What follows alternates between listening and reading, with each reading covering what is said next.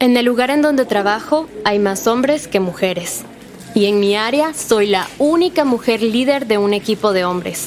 Aunque siempre mantengo la distancia profesional, cada vez que tenemos alguna reunión, todos cuestionan mis ideas, las ignoran o las aceptan a regañadientes.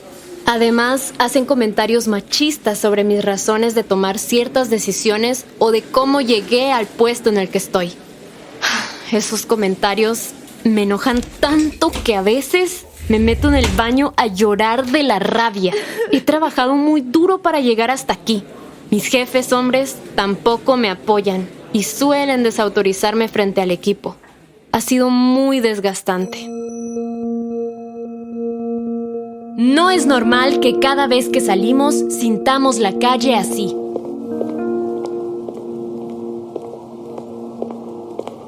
¡Vamos a la calle! Un podcast creado por el Observatorio contra el Acoso Callejero Guatemala para romper estereotipos, transformar ideas, reclamar nuestros espacios y para aprender a convivir en paz. ¡Vamos a la calle! Para muchas personas estos comportamientos son naturales y genuinamente consideran que la condición de mujer influye en la calidad, la efectividad en el trabajo y en otros aspectos de la vida. A esto se le llama violencia simbólica. En este espacio vamos a aprender cómo la educación integral en sexualidad, también conocida como EIS, es una herramienta que contribuye a desarrollar relaciones basadas en el respeto, tanto en el trabajo como en la vida personal. Soy Gabriela Ávila y te doy la bienvenida al podcast del Observatorio contra el Acoso Callejero Guatemala. Porque queremos sentirnos seguras. ¡Vamos a la calle!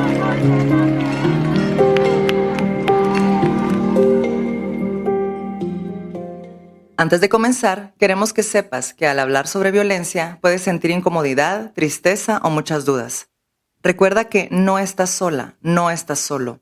Busca apoyo en personas de confianza o escríbenos al correo hola@ocacgt.org o a nuestras redes sociales OCACGT para apoyarte o referirte con organizaciones que trabajan en prevención y asistencia en casos de violencia. Es importante pedir ayuda cuando sentimos que la necesitamos. Reconocer la violencia es el primer paso.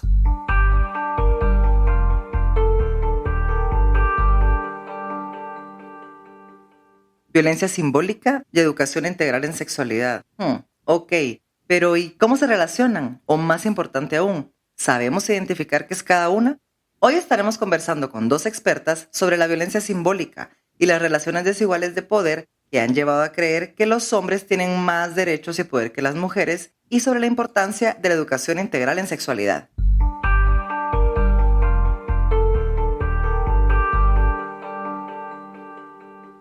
¿La gente en la calle sabe qué es la educación integral en sexualidad? No, los dos términos juntos no me suenan muy familiares. No mucho. Sí, he oído, no mucho lo que he oído cuando estaba estudiando todavía, lo llegué a escuchar. Específicamente en mi vida de colegio, universidad, no. Creo que tengo una idea cuando me lo mencionas. La verdad es que no lo tengo tan claro. O sea, he escuchado muchas cosas como en tema de educación sexual, pero no sé específicamente a qué se refieren ustedes con ese término.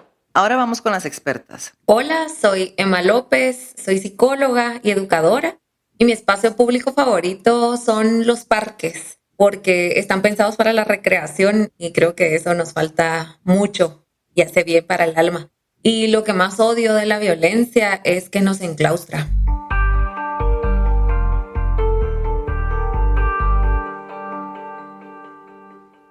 Gracias. Hola Emma, ¿nos puedes compartir por favor qué es la EIS y por qué es importante abordarla en la infancia, en la adolescencia y durante la juventud?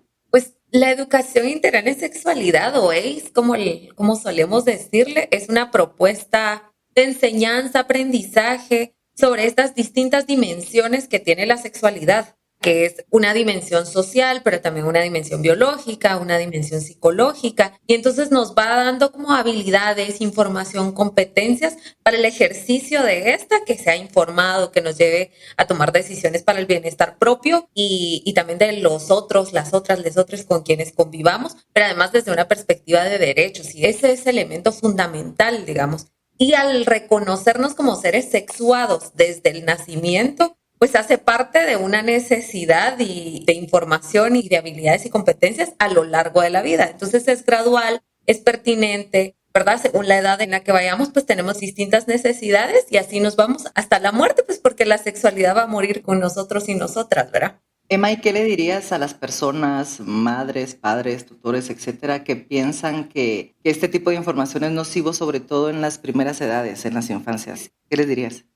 Pues les diría que podemos tener como material, espacios de diálogo para conversar un poco sobre esto, porque yo entiendo que la información que ha circulado ha generado temores, pero creo que al conocerla esos temores se van desmontando, porque entonces nos damos cuenta de los beneficios que nos da la ACE, ¿verdad? Mejora la comunicación familiar, retrasa las relaciones sexogenitales, hace que las relaciones sexogenitales sean más seguras, hay mayor uso de preservativos, por ejemplo. O sea, creo que son beneficios y que nadie en realidad al conocerla de verdad podría estar en contra de ello, sobre todo padres y madres que lo que quieren es el bienestar de sus hijos e hijas, ¿verdad? Y ahora que mencionas eso, ¿cómo el acceso a la educación integral en sexualidad puede prevenir las violencias de género y las violencias simbólicas? Yo creo que la ACE nos regala la pregunta.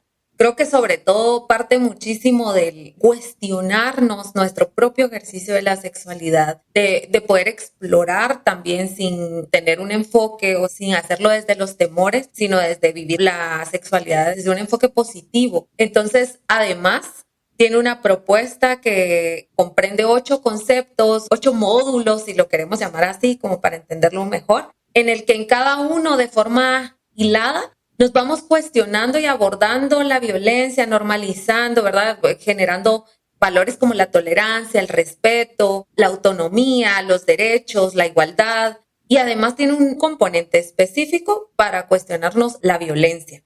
¿Y sabes de algún caso que nos puedas compartir en donde se haya aplicado la ACE para prevenir este tipo de violencias y que el resultado haya sido exitoso?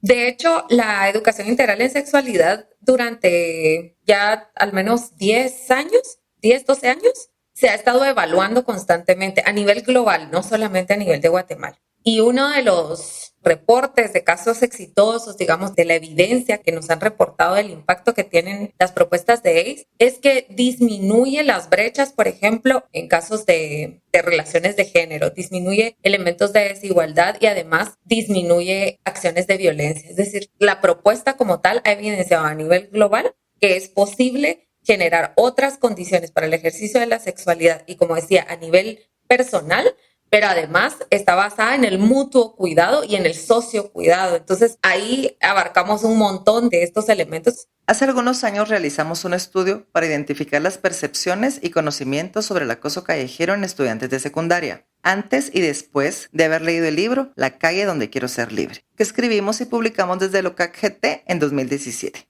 Mi nombre es Virginia Jiménez y mi espacio público favorito son los parques porque me gusta correr y pasear con mi perrita Nutella María. Y lo que más me molesta de la violencia es que las niñas lo vivan. Virginia, cuéntanos cuáles fueron los principales hallazgos de este estudio. Cuando realizamos el estudio vimos sobre todo como principales resultados el hecho de que los estudiantes sí tienen un conocimiento sobre qué es el acoso callejero, pero ese conocimiento parte más de las vivencias y experiencias que más que una formación continua que brinden los centros educativos. Entonces, a partir de eso pudimos identificar que la percepción tiene 2 componentes, un componente cognitivo y un componente sensorial. Entonces, nosotros esperábamos, digamos, que en estos institutos que forman parte del programa de Escuelas Seguras hubiera un componente cognitivo más reforzado porque se brindan talleres, digamos, de prevención de la violencia. Pero parte de los resultados que encontramos fue identificar que los estudiantes relacionan más sus experiencias y vivencias del acoso callejero a la hora de definir qué es el acoso callejero. También como los resultados encontramos sobre todo que existe una diferencia en cómo perciben el acoso callejero con connotaciones físicas al acoso callejero, por ejemplo, verbal. Existe mayor identificación del acoso físico como un delito o como, sobre todo, una forma de violencia, mientras el acoso verbal es visto más como algo justificado, como parte de estos piropos. También dentro de los resultados identificamos sobre todo de que las y los estudiantes perciben de forma diferente qué es el acoso callejero. Las mujeres reconocen sobre todo más esta existencia de diferentes manifestaciones de acoso callejero, tanto los piropos, el exhibicionismo, por ejemplo también las miradas lascivas y demás, pero los hombres sí van más hacia el acoso físico. Entonces no había, digamos, una identificación tanto del acoso verbal.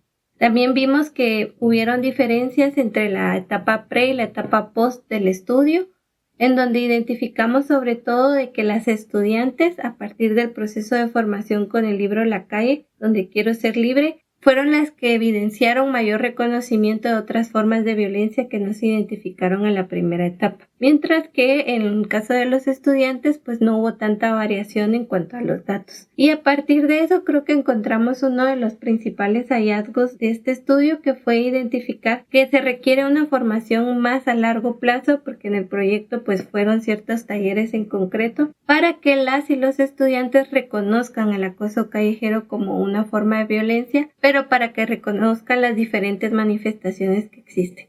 Y a raíz de estos hallazgos que nos has ampliado, ¿qué acciones pueden tomarse para o cambiar los imaginarios que justifican este acoso y las demás formas de violencia contra las mujeres? Creo que lo que nos dejó a nosotras la experiencia con el libro La Calle fue ver que ya en la práctica las y los docentes no incorporan la prevención de la violencia o actividades relacionadas a la prevención de la violencia dentro de los cursos del área social. Entonces eso fue interesante porque entonces no se incorporaba dentro de esos cursos, pero tampoco se daba en los talleres de prevención que se daban en el marco del programa Escuelas Seguras. Entonces a partir de eso pues fuimos identificando esos aspectos y darnos cuenta que para que exista esto que se comentaba, sobre todo una prevención de la violencia desde la educación, tiene que ser un proceso más continuo. Y eso nos lleva sobre todo a que esas acciones impliquen sobre todo el incorporar eso dentro de la educación formal para que los estudiantes, las y los estudiantes tengan esa formación continua accesible en sus diferentes niveles educativos. ¿Cuál fue la aceptación de parte de las y los maestros del libro de compartirlo con estos estudiantes? Yo creo que fue diferenciada entre el Instituto Rafaela Queche, que era mixto, y el María Luisa, que era solo de mujeres. Algunos docentes lo percibieron más como una carga extra a su trabajo normal. Otros docentes, principalmente mujeres, fueron más abiertas. Entonces, algunas inclusive nos decían, bueno, yo sí voy a hacer actividades en mis cursos del área social en donde ponga en práctica el libro. Y eso nos dio como esta visión de sobre todo ver, como ya lo mencionaba, de que tiene que ser parte de la formación continua. Porque después cuando identificamos por qué las y los docentes no relacionaban la prevención de violencia en los cursos del área social, era porque siempre lo ven como una carga extra. Entonces ellos ya tienen su planificación y la quieren seguir dando igual, entonces no quieren cambiar cuando se vienen a dar este tipo de materiales o otros apoyos que relacionen otros temas. En la calle varias personas nos compartieron su punto de vista sobre si están o no de acuerdo con que los niños y niñas reciban educación integral en sexualidad.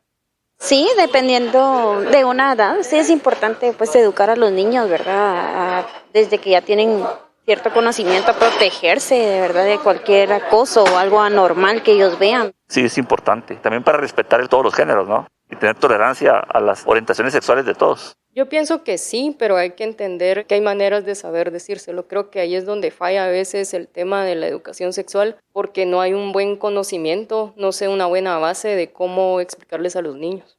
Sí, es importante porque para tener un tema, ellos tendrían que darles desde pequeño a un proceso para que ellos cuando estén grandes sepan qué hacer, qué no hacer, ¿verdad? Creo que sí, pero no sesgada hacia algo en específico.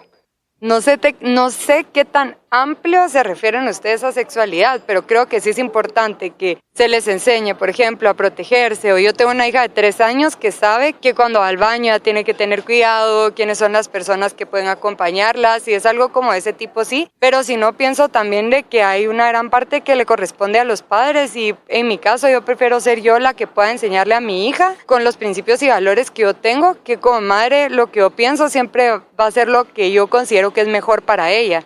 La educación integral en sexualidad se ha convertido en un tema bastante controversial del que pocos se han atrevido a hablar en el país, pero es que detrás de esto existe mucha desinformación y prejuicios que influyen. A ver, Emma, danos un poco de esperanza y contanos cuáles han sido los principales avances de Guatemala en el cumplimiento del derecho a la educación integral en sexualidad. La verdad es que tenemos ya un marco legal fuerte que respalda la educación integral en sexualidad y creo que es necesario conocerlo para respaldar cada acción que hacemos tanto desde las organizaciones como profesoras, profesores que desde sus aulas quieran y deban implementarlo. Creo que ha habido avances en términos de formación de profesores y profesoras, si bien no se ha alcanzado a la población en general, ya hay algunos que conocen la propuesta y que la han llevado a sus aulas. Hay programas piloto en distintos departamentos donde se ha evaluado cómo ayuda esto a, sobre todo, adolescentes y jóvenes. También tenemos comunicadores, comunicadoras formadas. Hay personas desde las organizaciones que están replicando procesos también a nivel comunitario, fuera de las escuelas, ¿verdad? Abarcando poblaciones excluidas del sistema. Entonces creo que esfuerzos hay, esfuerzos, no sé si podríamos llamarles de hormiga, pero que cada uno pues suma al avance y garantía de este derecho humano, porque además es importante reconocerlo como tal. ¡Vamos a la calle!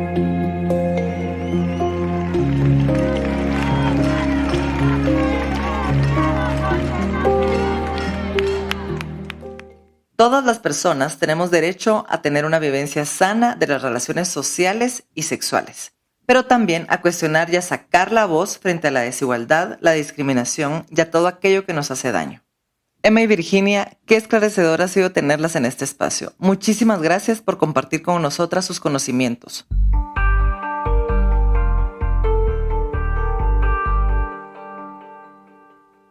En el OCAC-GT llevamos algún tiempo registrando estos casos de violencia. Los datos recolectados nos sirven para evidenciar el problema en la ciudad de Guatemala y prevenir el acoso callejero. Si lo has sufrido y quieres contribuir a visibilizarlo, envía tu caso a nuestro mapeo ocacgt.org/denuncia. También te invitamos a que descargues nuestro libro La calle donde quiero ser libre desde nuestra página web lacalle.ocacgt.org. El guión y producción estuvieron a cargo de Lucía Reynoso, Alejandra González y Edgar Zamora Orpinel, con edición de Lidia Guerra. La locución es de Gabriela Ávila y Diana Solís. La edición y montaje sonoro es de Rebeca Aguilar. El diseño gráfico es de Maritza Ponciano e ilustraciones de Desiree Cordón. Vamos a la calle es una serie de podcast que forma parte del Observatorio contra el Acoso Callejero Guatemala, con el apoyo del Fondo Centroamericano de Mujeres, FECAM.